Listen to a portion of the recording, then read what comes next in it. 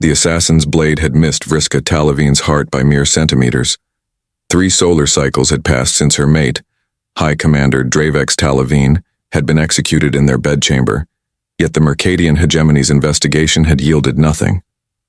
As the widow of the most powerful military figure in the 7th quadrant, Vriska knew she would be next. You understand what accepting this position means, human. Vriska's translucent membranes flickered across her amethyst eyes as she assessed the creature standing before her. Cairo Reeves stood with shoulders squared, arms crossed over his chest.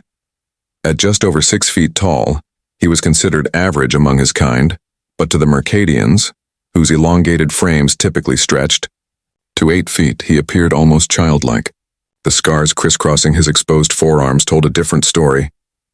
I understand perfectly well, Lady Talavine, Cairo replied, his voice carrying a calm confidence that seemed at odds with his species' reputation for emotional volatility. You need someone who won't be recognized as typical security. Someone the assassins won't see coming. Vriska's secondary respiratory gills fluttered with skepticism. Humans are considered primitive by hegemony standards. Your kind doesn't even possess basic telepathic capabilities. Which makes me immune to Quarian mind probes, Cairo countered. And I'm betting whoever killed your husband used exactly that, to bypass your Mercadian guards. A flicker of surprise crossed Vriska's features before she could suppress it. The human was more perceptive than she'd anticipated. Her staff had recommended against hiring a human bodyguard. Humans were notorious for their unpredictability, their inexplicable emotional attachments, their baffling humor, but they were also known for something else, a relentless tenacity that bordered on madness. My previous security detail consisted of 12 elite caravan warriors, each with over a century of combat experience, Vriska said, gliding across her chambers. The translucent silk of her morning attire rippled like liquid starlight. They were slaughtered in 17 seconds, Cairo nodded. Because they fought like caravans, predictable, honorable. Whoever you're up against doesn't care about honor. And you do not either? Vriska asked, her head tilting with genuine curiosity. A smile crossed the human's face, a strange expression that Vriska still found difficult to interpret even after studying human behavioral patterns for the past cycle. Honor is a luxury for those who've never had to survive, Cairo said simply. I'm not here to fight fair. I'm here to keep you alive. Something in his words resonated with Vriska. Since Drevex's death, the Hegemony Council had been circling her family's resources like starved prion sharks. As the last Talavine, she controlled access to the quadrant's richest dysonium mines, a fact that had made her both immensely powerful and desperately vulnerable. Very well, human, you begin immediately. She waved a 6-fingered hand, dismissing him. Quarters have been prepared for you in the East Wing. That won't work, Cairo said, not moving. I sleep outside your door, or not at all. Vriska's spine ridges stiffened in shock. That is inappropriate. The cultural implications alone are irrelevant if you're dead, Cairo interrupted. Whoever's coming for you will strike when you're most vulnerable. I can't protect you from another wing. Before Vriska could respond, the estate's security system wailed. The transparent walls of her chambers darkened to impenetrable obsidian as emergency protocols engaged. Perimeter breach detected, announced the disembodied voice of the estate's AI. Multiple intruders approaching the main residence. Cairo's hand moved to the primitive projectile weapon at his hip. Another oddity about humans, their refusal to abandon archaic technology even when offered superior alternatives. Looks like I'm starting early, he said, eyes already scanning for defensive positions. Time to show you what humans are actually good at. Vriska's heart hammered against her chest cavity. She'd hired the human on desperation alone, but watching him now, completely calm in the face of imminent danger, she wondered if perhaps the legends about humanity's tenacity weren't exaggerated after all. The sapphire moonlight of Mercadia, Prime spilled through shattered windows as Cairo pulled Vriska down behind an overturned grava table. 3 attackers had breached the eastern compound, their movement suggesting military precision. Not common assassins then. Someone powerful wanted the Talavine widow dead. Stay down, Cairo whispered, checking the primitive handgun that had made Vriska scoff just hours earlier. The weapon seemed absurdly simple compared to hegemony phase disruptors, but that simplicity was precisely why Cairo preferred it. No energy signature to track, no systems to hack. They're using Shrell combat formations, Vriska observed, her respiratory gills fluttering with fear despite her composed expression. Elite mercenaries from the Outer Rim, Cairo nodded. Which means they're expecting Mercadian resistance, not human tactics. He reached into his jacket and pulled out a small metal cylinder. Cover your sensory organs. Before Vriska could question him, Cairo rolled the device across the polished floor. A piercing burst of sound and light erupted, followed by the disoriented screeches of the attackers. To Vriska's shock, Cairo was already moving, crossing the exposed space with the speed that belied his stocky frame. The first attacker never saw the human coming. Cairo's blade, simple steel rather than plasma or molecular wire, slid between armored plates with practiced precision. The second attacker managed to raise his weapon, but the human dropped low, sweeping articulated legs from beneath the mercenary before delivering a killing strike. The third attacker unleashed a barrage from his phase disruptor, scorching the ornate walls of Vriska's chambers. Cairo rolled behind a column, emerged on the opposite side from where the mercenary expected, and fired twice. The projectiles, crude metal slugs propelled by controlled chemical explosions, punched through, the attackers' shield harmonics as if they weren't there. Vriska watched in astonishment as the last attacker collapsed. The entire confrontation had lasted less than 20 seconds. "We need to move," Cairo said, returning to her side and offering his hand. "That was just the advance team. More will come." Vriska hesitated before taking his hand.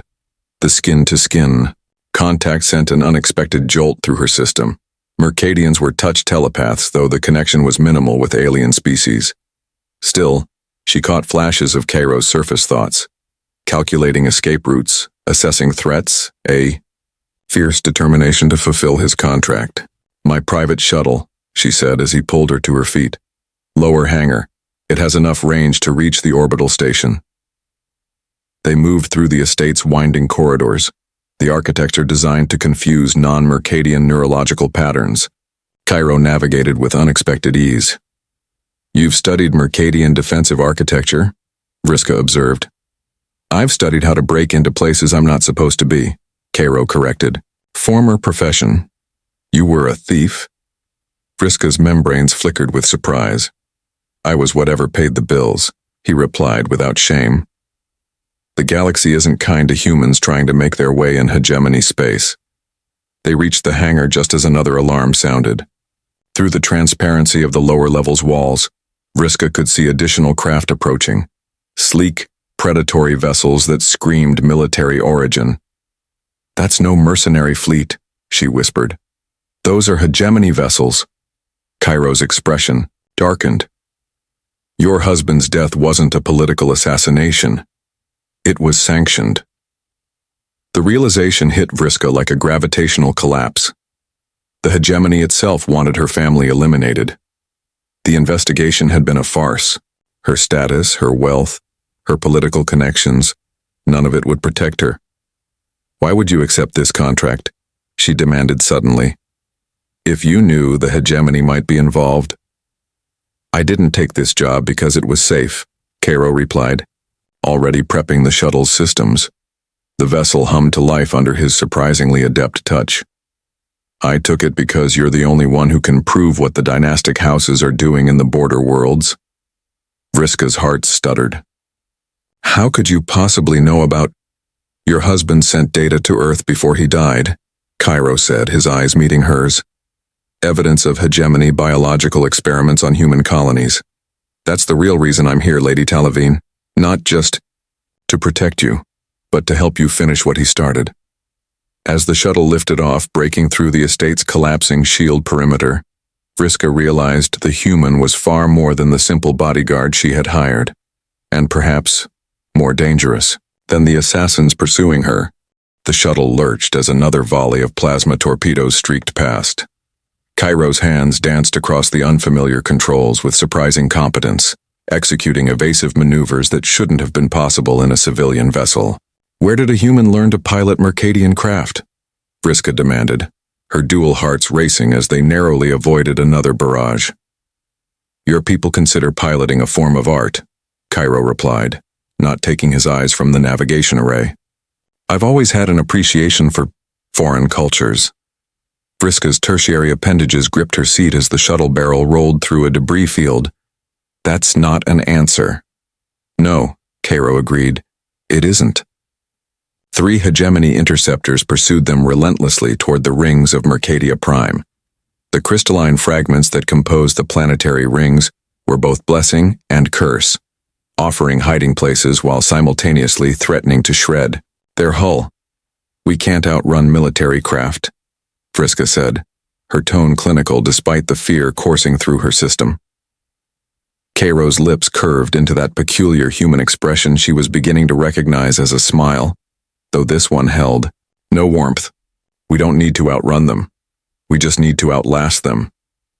With a series of commands, he cut the shuttle's primary systems. The interior plunged into darkness, illuminated only by the soft bioluminescence of Vriska's skin patterns, stress, markings that betrayed her anxiety despite her composed demeanor. What are you doing? She hissed. They'll detect our heat signature. Not if we're already cold, Cairo replied, guiding the powerless shuttle deeper into the densest part of the rings. Your atmosphere is nitrogen-rich, much colder than human standard. Your technology is designed to retain heat, not dissipate it. Understanding dawned. You're bleeding our thermal signature into the ambient temperature, while simultaneously using the ring fragments to mask our position, he confirmed. Military doctrine focuses on technological superiority. They're not expecting low-tech solutions. They drifted in silence for nearly an hour, watching as the interceptors executed increasingly frustrated search patterns before finally withdrawing. Only then did Cairo restore minimal power. We need to reach somewhere secure, he said. Somewhere off standard navigation charts. Vriska's membranes flickered with resignation. I know a place. An old mining outpost on the 7th moon. It was abandoned after the Dusonium rush ended. As Cairo adjusted their course, Vriska studied him with new intensity. You said my husband sent data to Earth. How do you know this? Because I'm the one who received it, he answered after a long pause. Commander Talavine contacted the human Diplomatic Corps 3 cycles ago with evidence that the hegemony was conducting illegal genetic experiments on border colonies, human and non-human alike. And yet you came alone?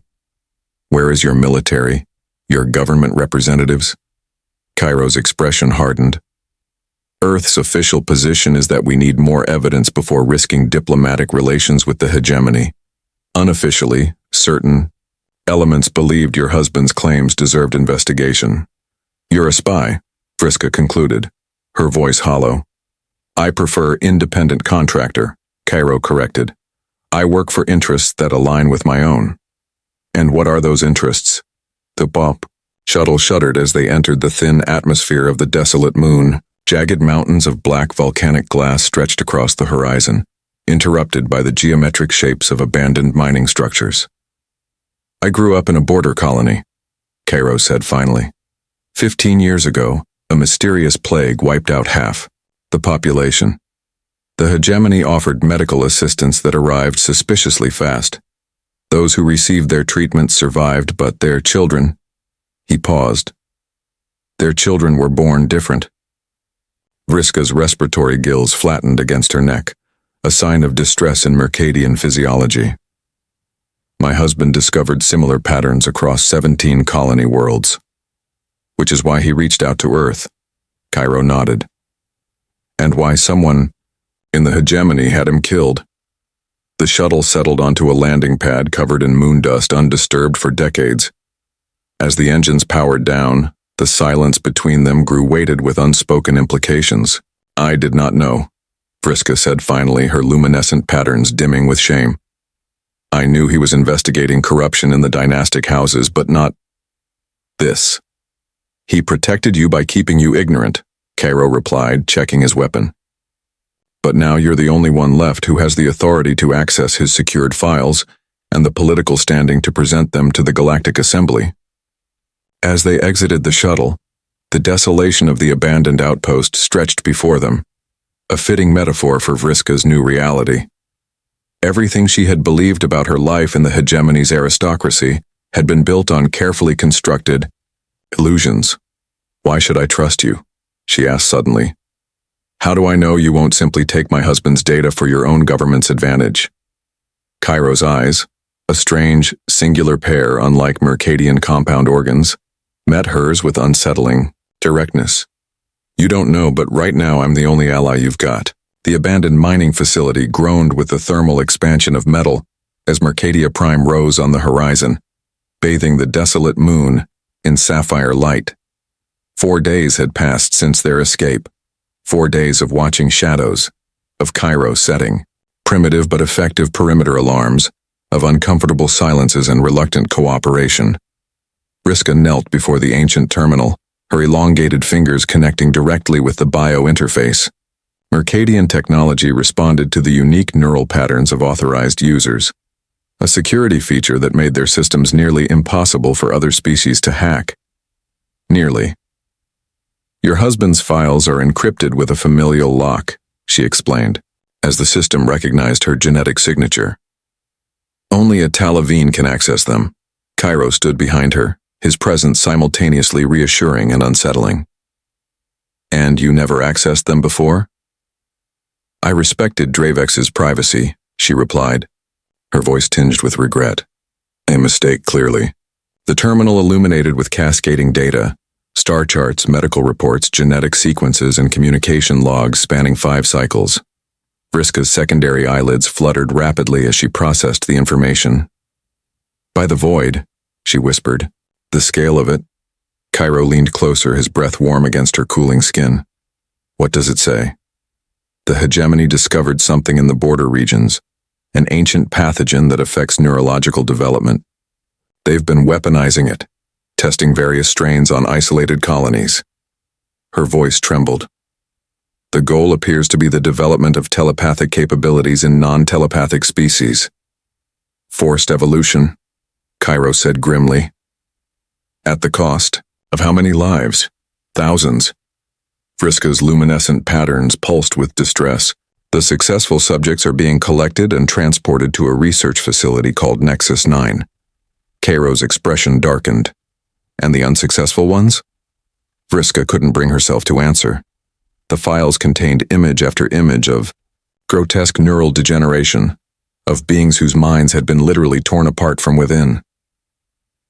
"We need to download this data and get it to the Galactic Assembly," Cairo said, reaching for a storage device.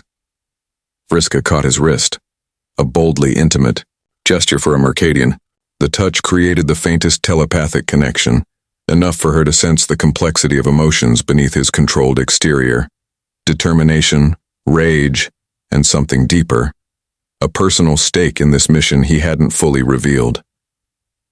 "There's more," she said. "The dynastic houses aren't just sanctioning these experiments. They're preparing for something called the Ascension. According to these projections, they intend to release a modified version of the pathogen throughout the entire hegemony." "Mass forced evolution," Cairo muttered. "The casualties would be acceptable losses, according to these reports," Vriska finished bitterly. "Those who survive would possess significantly enhanced telepathic abilities. The hegemony would become the most powerful force in the galaxy overnight." As the information transferred to their secure storage, an alert flashed across the terminal. Vriska's heart stuttered as she processed the message. "What is it?" Cairo asked, noting her reaction. "A secured communication," she said, membranes flickering in disbelief. "From Dravex. Your dead husband?" A delayed message, set to activate, if certain files were accessed. Her fingers trembled as she authenticated her identity to the system. A holographic projection materialized. The towering figure of High Commander Dravex Talavine, his ceremonial armor gleaming, his expression grave. "Vriska," the projection began, "if you are viewing this, then I have failed to stop what's coming, and likely paid with my life." The evidence I've gathered is only part of the truth. The pathogen isn't a discovery. It's a rediscovery of something the ancients buried for good reason. The final testing facility isn't just a research station. It's built around an ancient artifact of immense power. I couldn't reach it alone, but I've arranged for help. The projection turned as if looking directly at Cairo. The human should have reached you by now. He doesn't know everything yet, but his genetic profile makes him valuable beyond measure. Vriska, you must trust him, despite everything your instincts tell you about his kind. The survival of not just the hegemony, but all sentient life, depends on it. The message ended, leaving them in stunned silence. You knew my husband, Vriska said finally, her voice hollow with betrayal. This wasn't a coincidence. Cairo's expression remained unreadable. I never met Commander Talavine in person. He contacted me because of my unique background. Which is? He hesitated before pulling up his sleeve, revealing a lattice of scars that Vriska had glimpsed earlier. But now, in the blue light of the terminal, she could see they weren't random injuries. They formed patterns, complex neural pathways etched into his flesh. I was born on Elysium Colony, he said quietly. One of the first test sites. I was one of the children who survived the treatments, the only one who didn't develop crippling side effects. Understanding dawned on Vriska like a cold star. You're immune to the pathogen. Not immune, Cairo corrected. Adapted, and according to your husband, that makes me the key to stopping whatever the hegemony has planned. Outside, one of the perimeter alarms began to wail.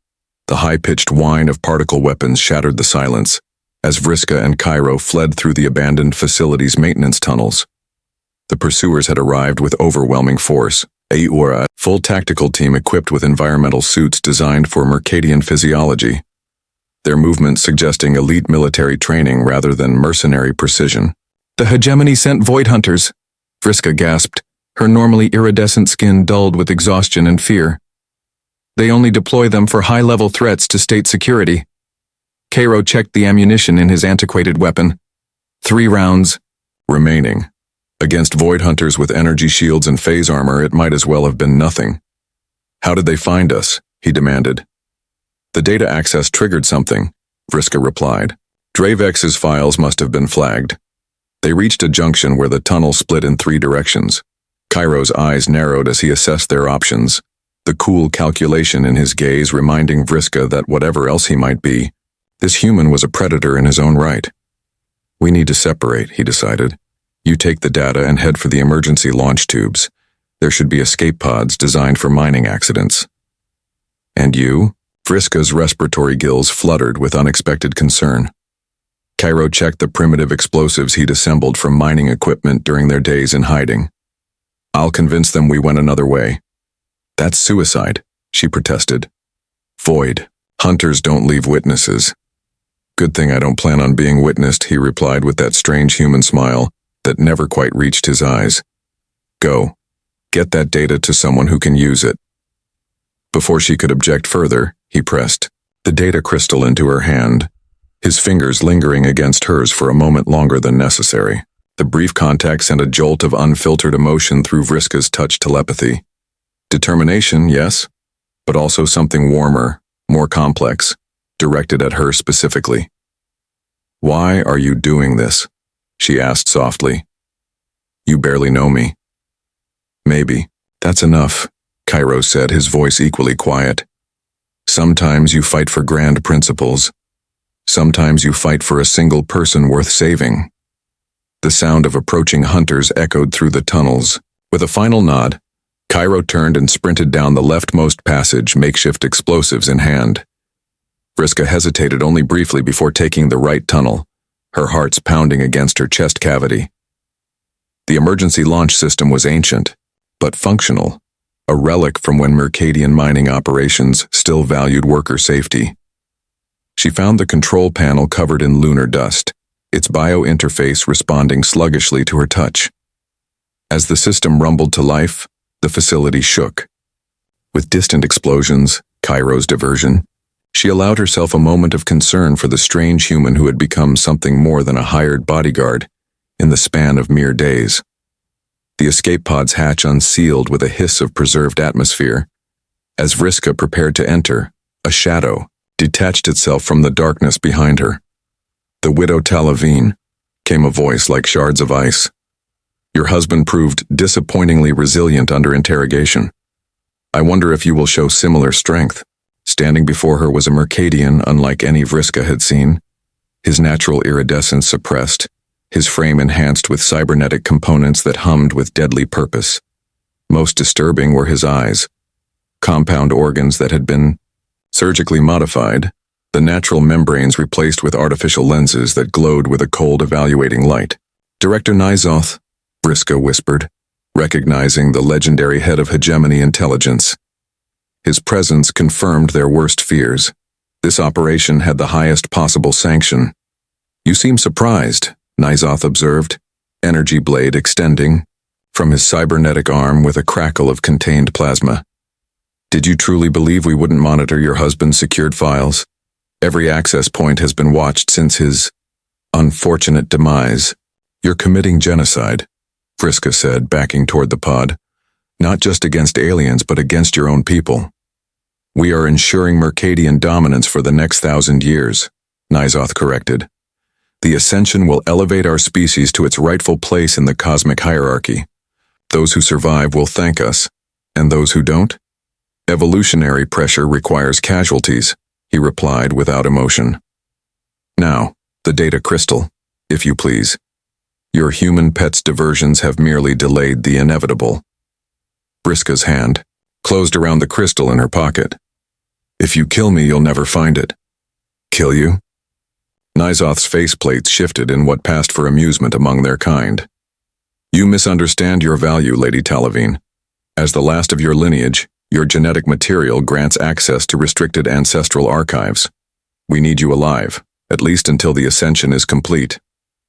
A new explosion rocked the facility, closer this time, sending dust cascading from the ceiling. Nyzoth's attention shifted momentarily, and Vriska seized her chance.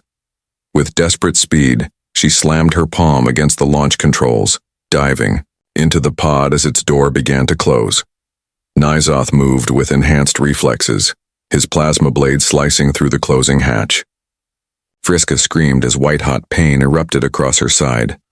The blade had caught her, cutting through flesh and cauterizing it instantly.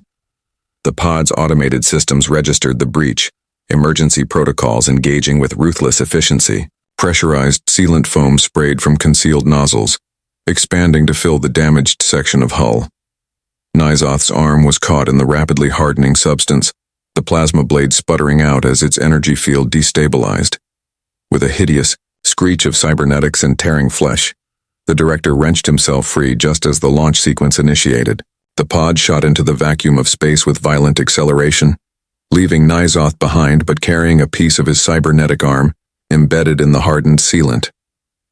Vriska collapsed against the pod's floor, blue blood seeping from her wound despite the cauterization. The navigation system blinked insistently, demanding coordinates.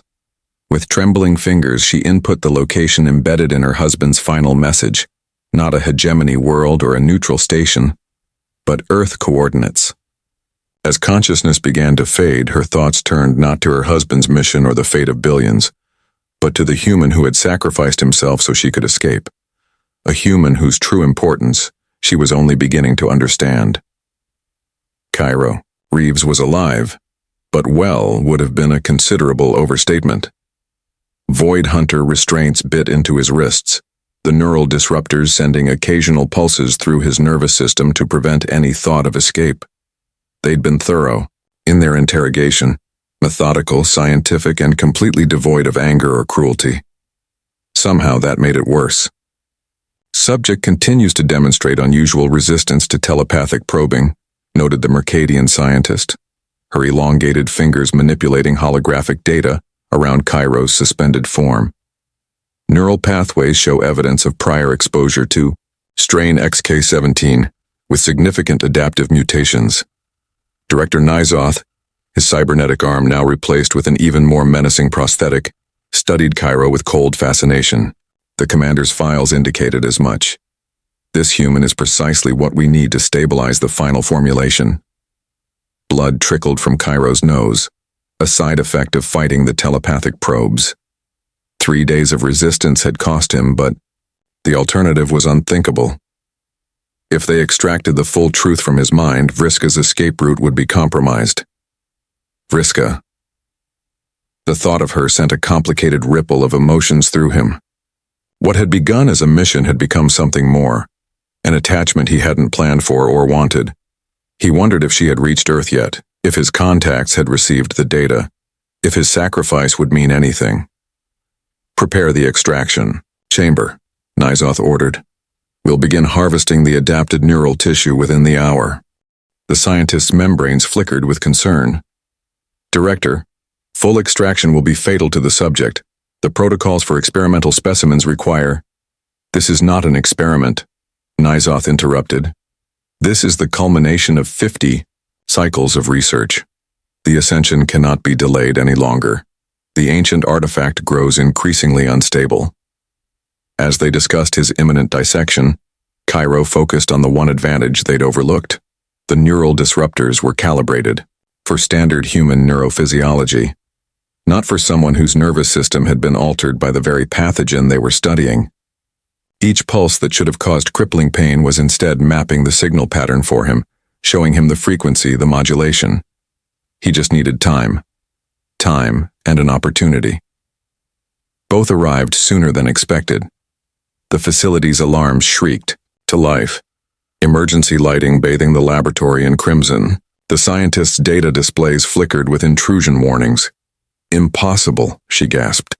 The facility's location is classified at the highest levels. Nyzoth's artificial eyes narrowed. Security report. Multiple breaches in sectors 7 through 12, came the response over the facility's communication system. Intruders using unknown technology to bypass shield harmonics. Hope surged through Cairo. The timing was too perfect for coincidence. Either his Earth contacts had mounted a rescue operation, or the laboratory doors exploded inward with a concussive blast that sent equipment flying. Through the smoke strode a figure that stopped Cairo's heart. Vriska Talavine, but transformed. Gone was the aristocratic widow in flowing silks. This Vriska wore adaptive combat armor of human design, her natural bioluminescence enhanced by integrated tactical systems that pulsed with deadly purpose. Behind her came a mixed force of humans in Earth Special Forces insignia, and, most surprisingly, Mercadian warriors bearing the ancient sigil of House Talavine. Director Nyzoth. Vriska's voice rang with cold authority. By the authority of the Galactic Assembly and the United Houses of the Mercadian Opposition, you are charged with crimes against sentient life. Nyzoth's cybernetic arm transformed into a weapon array. The Assembly has no jurisdiction here, and there is no recognized opposition within the hegemony. There is now, Vriska replied. Your atrocities provided the evidence needed to unify the lesser houses against the dynastic council. As we speak, the ancestral archives are being opened to public access. The truth of the Ascension Project can no longer be hidden. A firefight erupted as void hunters poured into the laboratory. Cairo used the chaos to concentrate on the neural disruptors. With a final mental push that threatened to tear his consciousness apart, he reversed the signal pattern. The restraints exploded from his wrists, the feedback temporarily disabling nearby Mercadian technology. He dropped to the floor, legs nearly buckling before muscle memory took over. A human soldier tossed him a weapon, Earth manufacture, blissfully familiar, in his hands. Took you long enough, Cairo said to Vriska as they fought their way toward each other. I had to raise an army first, she replied, her plasma rifle cutting down 2 hunters with surgical precision. Earth needed convincing. And how did you manage that? Vriska's membranes flickered in what he now recognized as her version of a smile. I showed them what you really are, what your adaptation to the pathogen truly means. Before Cairo could question her further, Nyzoth's voice cut through the battle noise. It's too late, the director announced, backing toward a sealed door at the rear of the laboratory. The ascension has already begun. The ancient artifact has been activated. The facility trembled, not from weapons fire, but from something deeper. A fundamental disturbance in reality itself. The sealed door behind Nizoth slid open, revealing a chamber bathed in impossible light. At its center floated a crystalline structure that hurt the eyes to look upon, a multi-dimensional object that seemed to exist in space-time configurations beyond normal perception. Tendrils of energy spiraled from it, connecting to distribution mechanisms aimed at Mercadia Prime's atmosphere processors. The ancients created this technology to evolve beyond physical form, Nizoth declared, backing toward the artifact. We will use it to ensure Mercadian dominance for eternity. It will kill billions, Cairo shouted over the rising hum of the artifact, including most of your own people. A necessary evolution, Nizoth replied. And now, with your adapted neural patterns integrated into the formulation, the survival rate will be acceptable. Understanding hit Cairo like a physical blow. They had already taken what they needed from him during the interrogation: neural, tissue samples, genetic material. His survival was no longer necessary. Vriska stepped forward, her weapon aimed at Nizoth's head. Deactivate it, now. Impossible, the director replied. The process cannot be reversed once initiated. The artifact's pulsations intensified, the air around it shimmering with potential energy. Cairo felt something resonate within his altered nervous system, a call, a recognition. It's responding to me, he realized aloud. Vriska's eyes met his, understanding passing between them without words. Your adaptation. It's not just resistance to the pathogen.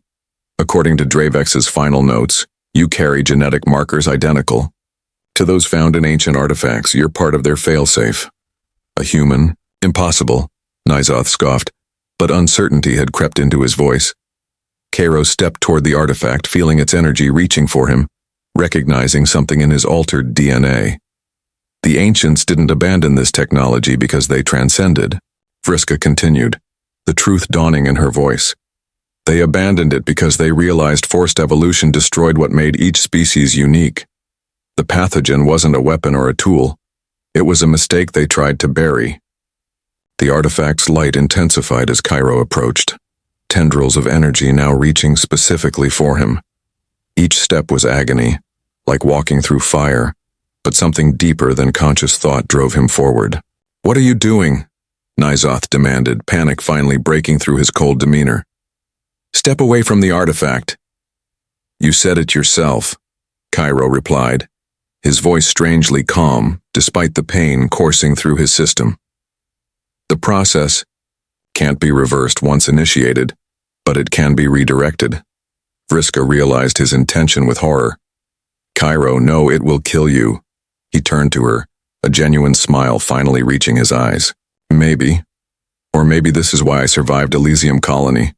Why your husband found me. He looked at the data crystal still clutched in her hand. Make sure that information reaches the right people. Make it count. Before anyone could stop him, Cairo lunged forward, placing both hands directly on the artifact's crystalline surface.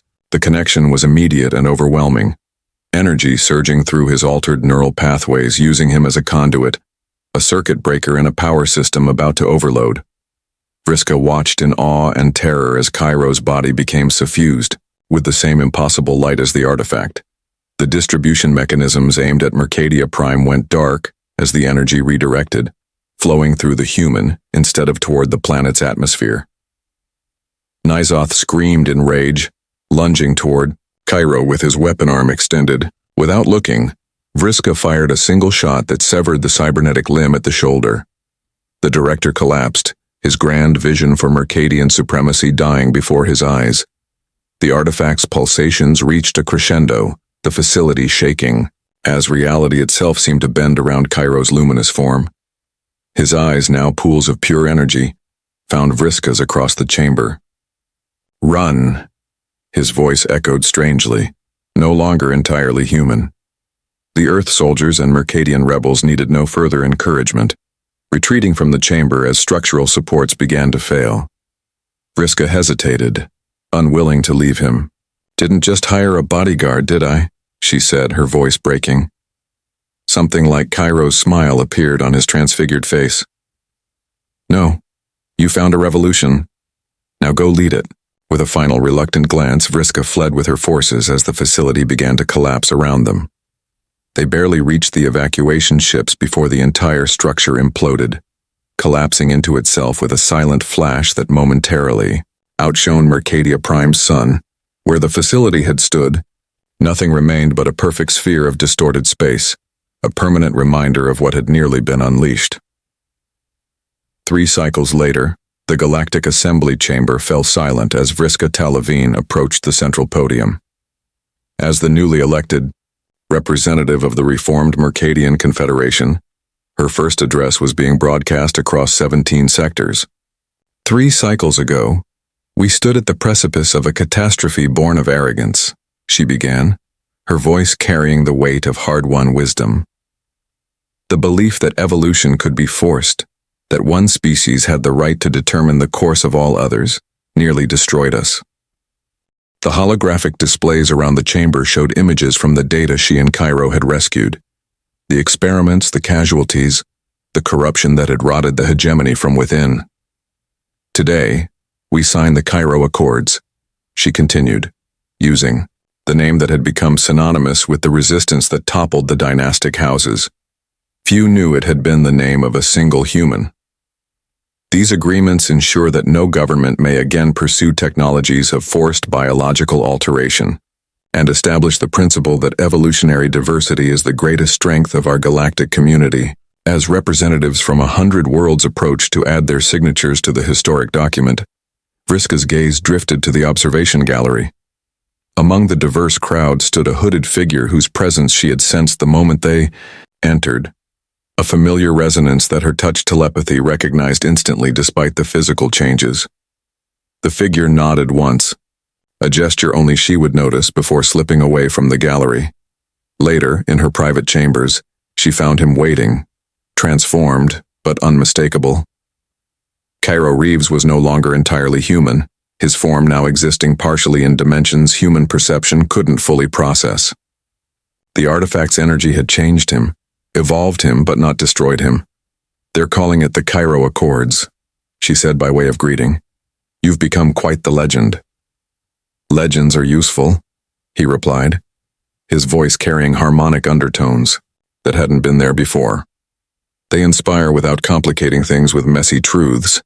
Vriska moved closer, her telepathic senses perceiving the complex energy patterns that now comprised part of his existence. "And what is the truth?" "That evolution can't be forced, but it does happen." He extended a hand that seemed to flicker between solid matter and pure energy. The ancients didn't make a mistake with their technology.